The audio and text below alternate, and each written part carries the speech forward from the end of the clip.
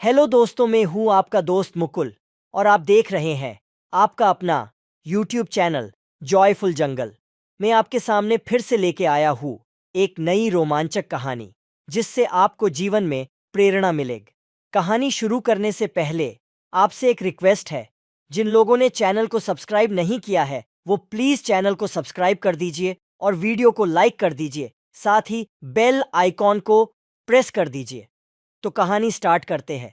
एक छोटे से गांव में, जिसे लहलहाते मैदानों और हरे भरे चरागाहों से घिरा हुआ था, एक लड़की रहती थी जिसका नाम माया था। अपने सादे परिवेश के बावजूद माया के दिल में दयालुता भरी हुई थी और उसकी आत्मा सूरज से भी ज्यादा चमकती थी। छोटी उम्र से ही उसने पशु जगत के साथ एक गहरा रिश्ता बना लिया था और छोटे बड़े जानवरों के साथ अद्भुत बंधन स्थापित किए। एक दिन जब माया गांव में टहल रही थी तो उसने कुछ बच्चों को एक आवारा कुत्ते को परेशान करते हुए देखा। बेचारा जानवर डर के मारे कुबड़ा गया था। उसकी आंखों में दुख और निराशा छाई हुई थी। किसी प्रकार की देरी किए बिना माया आगे बढ़ी और धीरे से बच्चों को वहां से हटा दिया। उसके कोमल शब्दों ने डरे हुए कुत्ते को शांत कर दिया। जब वह कुत्ते के पास गई तो उसने उसके गंदे बालों और उभरे हुए पसलियों को देखा, उपेक्षा और भूख के संकेत। माया का दिल इस नज़ारे को देखकर दुखी हो गया और उसे पता चला कि उसे मदद करनी होगी। एक गर्म मुस्कुराहट के साथ उसने अपने दोपहर के भोजन से एक टुकड़ा रोटी कुत्ते को दिया और आभारी जानवर ने उसे भूखे पेट खा लिया। उस दिन से माया उस कुत्ते की रक्षक फरिश्ता बन गई। उसने उसे बड़ी प्यार से बुड्डू नाम दिया और वे अटूट साथी बन गए। उनका बंधन प्रजातियों की सीमाओं से परे था। माया की दयालुता की चर्चा जल्द ही पूरे गांव में फैल गई और जल्द ही अन्य जानवर भी उसके पास आने लगे, शरणस्थली और आश्वासन की तलाश में। एप ने तालाब से विस्थापित एक मादा बत्तख और उसके बच्चों ने माया के पिछवाड़े में सुरक्षित पनाह पाई। एक खरगोश परिवार जिसके घर को एक तूफान में नष्ट कर दिया गया था, उन्होंने माया द्वारा बनाए गए आरामदायक बिल में शरण ली। अपने जीवन में हर नए जानवर को आश्रय देते हुए माया का दिल प्रेम और करुणा से भर गया।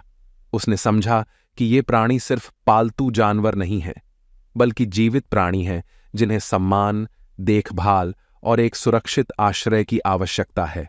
एक दिन जब माया अपने जानवर मित्रों की देखभाल कर रही थी तो एक बुजुर्ग महिला उसके पास आई। उसकी आंखों में आश्चर्य छाया हुआ था। बच्चे, उसने कहा, मैंने कभी किसी इंसान और जानवर जगत के बीच ऐसा बंधन नहीं देखा। तुम्हारे पास एक दुर्लभ उपहार है, सभी जीवित प्राणियों की जरूरतों को समझने और उनके साथ जुड़ने की क्षमता।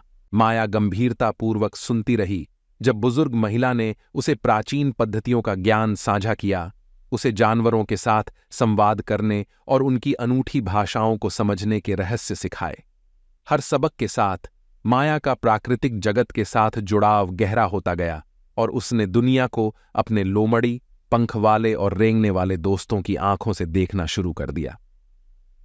समय बीतने के साथ माया की जानवर संवादक के रूप में प्रसिद्धि बढ़ती गई और दूर दूर से लोग उसकी अगुवाई और बुद्धिमत्ता की तलाश में आते थे। उसने उन्हें प्रकृति का सम्मान करने, सभी जीवित प्राणियों के साथ सामंजस्य से रहने और हर प्राणी के अंतर्निहित मूल्य को पहचानने की महत्ता सिखाई, चाहे वह कितना भी छोटा या तुच्छ प्रतीत होता हो।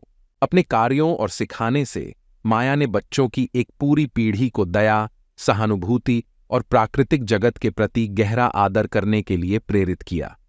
उसने उन्हें दिखाया कि असली शक्ति दूसरों पर हावी होने में नहीं है, बल्कि प्रेम करने और उनकी रक्षा करने की क्षमता में है, जो खुद के लिए बोल नहीं सकते।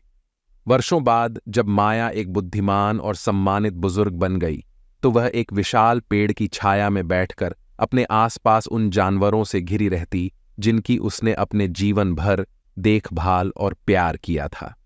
जब वह उनके चेहरों की ओर देखती तो उसे नहीं लगता था कि वे सिर्फ जानवर हैं, बल्कि मित्र, गुरु और पृथ्वी के पवित्र रहस्यों के रखवाले हैं।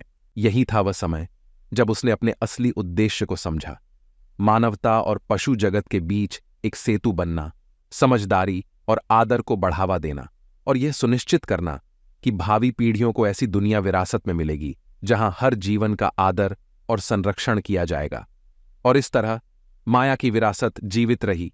आशा और प्रेरणा का एक चमकता हुआ प्रकाश हमें याद दिलाती है कि दयालुता, करुणा और प्रकृति के साथ गहरा जुड़ाव जिंदगियों को बदलने और एक दिल के बाद एक दिल दुनिया को ठीक करने की शक्ति रखते हैं। तो ये थी आज की कहानी।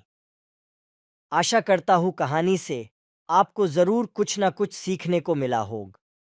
तो इसी आशा के साथ फिर मिलते हैं एक नई कहानी के साथ। तब तक के लिए आप अपना ख्याल रखिए। जय हिंद।